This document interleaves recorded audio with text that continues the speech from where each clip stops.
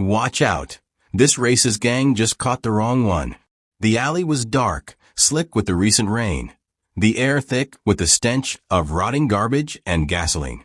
A group of men lurked beneath the dim glow of a flickering street lamp, their voices low, laughter sharp-edged and cruel. They thought they had the upper hand. They thought they had an easy target. Jada Monroe walked alone, her boots tapping a steady rhythm against the cracked pavement. To them, she was just another black woman in the wrong neighborhood at the wrong time. A victim waiting to happen. They had no idea who they were dealing with. A slow whistle cut through the night air. Well, a voice drawled, thick with arrogance. Look what we got here. Jada didn't flinch, didn't pause. She just kept walking. She could feel their eyes crawling over her, their bodies shifting as they spread out, forming a loose semicircle, cutting off her path. The leader, a burly man with a jagged scar across his cheek, stepped forward, cracking his knuckles. Where are you heading to, sweetheart? His grin was full of bad intentions. Jada finally stopped, tilting her head slightly, her expression unreadable. I'll give you one chance, she said, her voice calm, measured. Turn around. Walk away.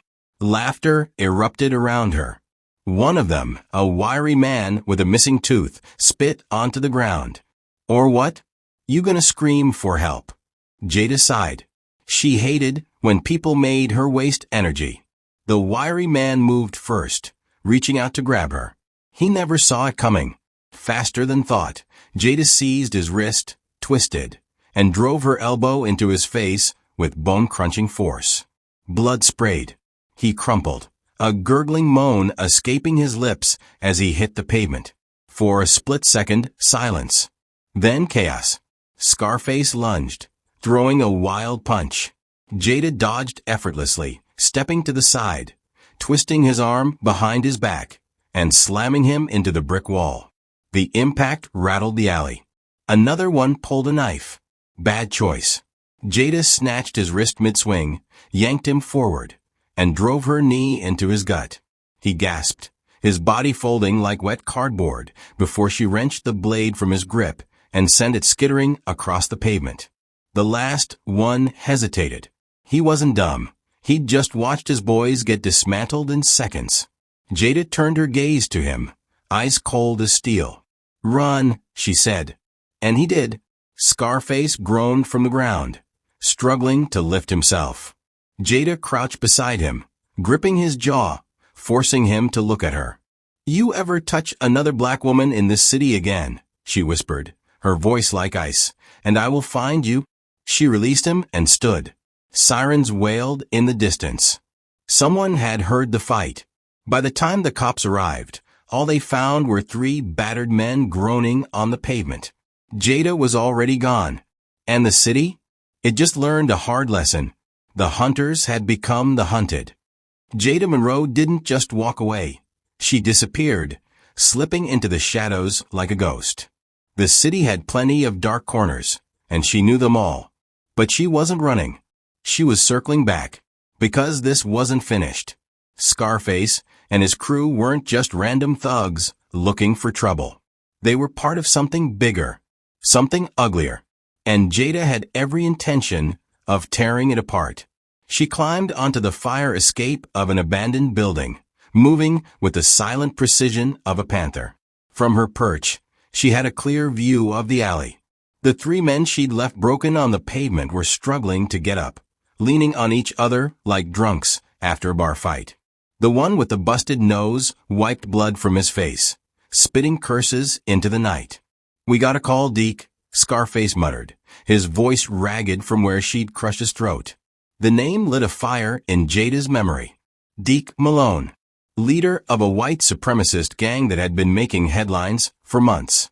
Armed robberies, arson, hate crimes. They were making a statement. Jada had just given them something else to talk about. She followed them. They were sloppy, stumbling through the streets, too dazed to realize they were being hunted. Jada stayed close but unseen, watching as they turned into a rundown auto shop on the edge of town. A neon sign buzzed weakly above the entrance, casting a sickly green glow onto the cracked pavement.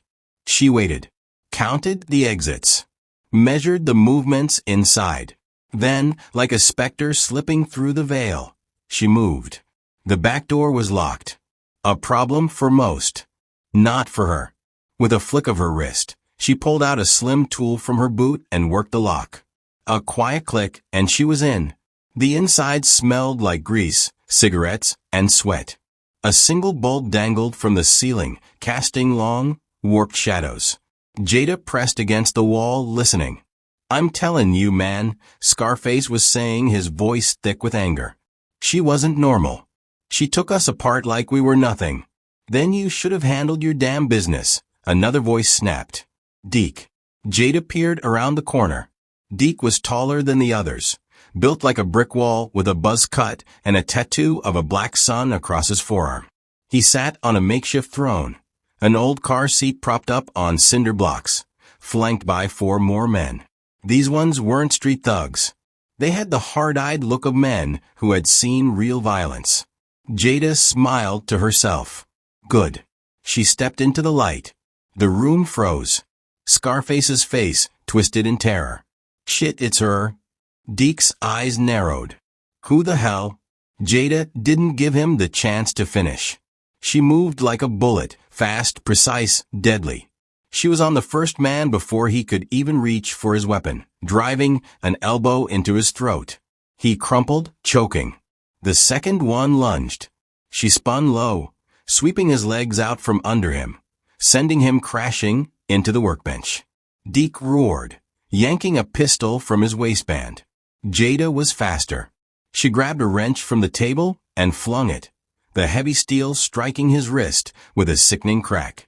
The gun clattered to the floor. Scarface tried to run.